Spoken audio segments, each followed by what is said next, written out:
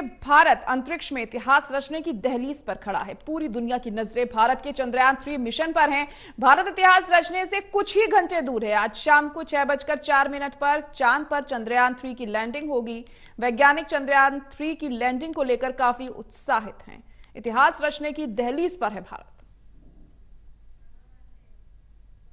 अंतरिक्ष में नया इतिहास रचने के लिए भारत कुछ कदम दूर है और ये इतिहास न सिर्फ भारत के लिए बल्कि पूरी दुनिया के लिए एक नई नज़ीर बनने जा रहा है। नेहरू तारामंडल में ये जो मॉड्यूल यहाँ तैयार किया गया है, आप देख सकते हैं किस तरीके से भारत का अंतरिक्ष का ये जो आज का पन्ना है नए हरफों के साथ खुलने वाला है और इसी के साथ चंद्रयान 3 की लैंडिंग, सॉफ्ट लैंडिंग, उस पर नजरें लगी हैं। यहाँ पर जो तैयारियां की गई हैं बताने की कोशिश इसके जरिए, मॉडल के जरिए कैसे भारत यहाँ तक पहुँचा है और अब किस तरीके से आगे जो नजरें लगी हैं वो कैसे मुकाम तक पहुँचेंगी। जो प्रेरणा चंद्रा है इस वक्त हमारे साथ हैं, आपसे जानेंगे, आप इस प्रोजेक्ट को नज़दीक से देख रहे हैं, समझ रहे हैं, किस तरीके से भारत की उम्मीदों को पूरा करने वाला ये प्रोजेक्ट रहेगा? जी डेफिनेटली चंद्रयान 3 भारत का तीसरा लूनर मिशन है और साउथ पोल जिसको दक्षिणी ध्रुव कहते हैं वहाँ पर उतरकर आज पहला वो देश बन जाएगा जो इस तरीके की सॉफ्ट लैंडिंग जो है वो कर पाने में सक्षम है। पूरी दुनिया की नजरें लगी हैं, न सिर्फ भारत के लिए ये एक बड़ा कदम है बल्कि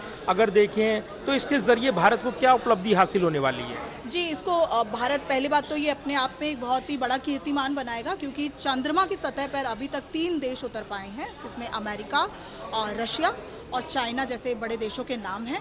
भारत इसमें चौथा देश बन जाएगा जो चंद्रमा की सतह पर सक्सेसफुली उतरा है और पहला देश बन जाएगा जो दक्षिणी ध्रुव पे उतरा है।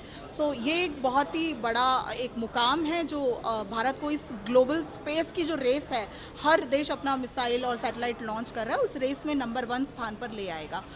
अगर आम दर्शकों को हम बताएं ये जो मॉडल है उसके ज़रिए समझाने की कोशिश करें, ये बताने की कोशिश करें कि कैसे भारत यहाँ तक पहुँचा है और जिस तरीके से तैयारियां की हैं, कैसे आप बताएंगे, आम दर्शक को कैसे समझाएंगे? जी, ये चंद्रयान 3 जो है लूनर मिशन भारत का, ये तीसरा लूनर मिशन है जैसे मैंने बताया। इस तीसरे लूनर मिशन के चंद्रयान 3 के 3 मेजर कॉम्पोनेंट्स थे: प्रपल्शन मॉड्यूल, विक्रम लैंडर, प्रज्ञान रोवर। आज जो है हमारा विक्रम लैंडर जो है वो सतह पे सॉफ्ट लैंडिंग करेगा। ये बहुत ही क्रिटिकल एक प्रोसीजर होने वाला है जिसपे स्पीड को कंट्रोल करते हुए विक्रम जो है वो सतह पर सॉफ्टली लैंड करेगा। एक बार वो सॉफ्टली लैंड कर जाएगा तो 14 दिन हमारा प्रज्ञान इस सतह पर एक्सपेरिमेंट करेगा और इसरो साइंटिस्ट को वहाँ के कॉम्पोजिशन का, कि वहाँ की मिट्टी में किस तरह के खनिज हैं, किस तरीके की गैस उस वायुमंडल में है, उसका एटमॉस्फेयर कैसा है, क्या हम वहाँ पर आगे आने वाले समय में इंसान को भेज सकते हैं, जैसी चीज़ों के निर्णय लेने में और आगे आने वाले स्पेस मिशंस में हेल्प करेगा।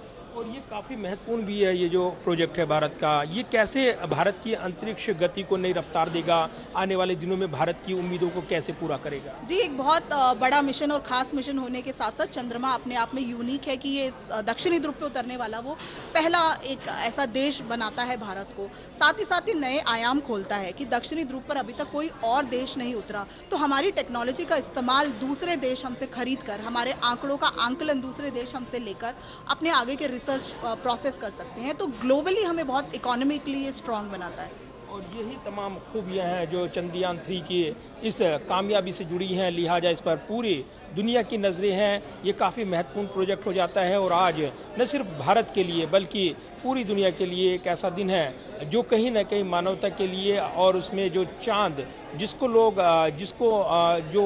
जिस तरीके से कल्पनाओं में चांद की पृष्ठभूमि रही है, लेकिन उस पर जब भारत की मौजूदगी और उसके जरिए अध्ययन, वैज्ञानिक प्रामाणिकता के साथ, ये तमाम चीज़ें हैं जो भारत को नई कतार में लाकर खड़ा कर देती हैं। लिहाजा भारत के इस मिशन की कामयाबी पर पूरी दुनिया की नजरें टिकी हैं। कैमरामैन विदर्भ के साथ प्रदीप कुमार, टोटल न्यूज़, दिल्ली।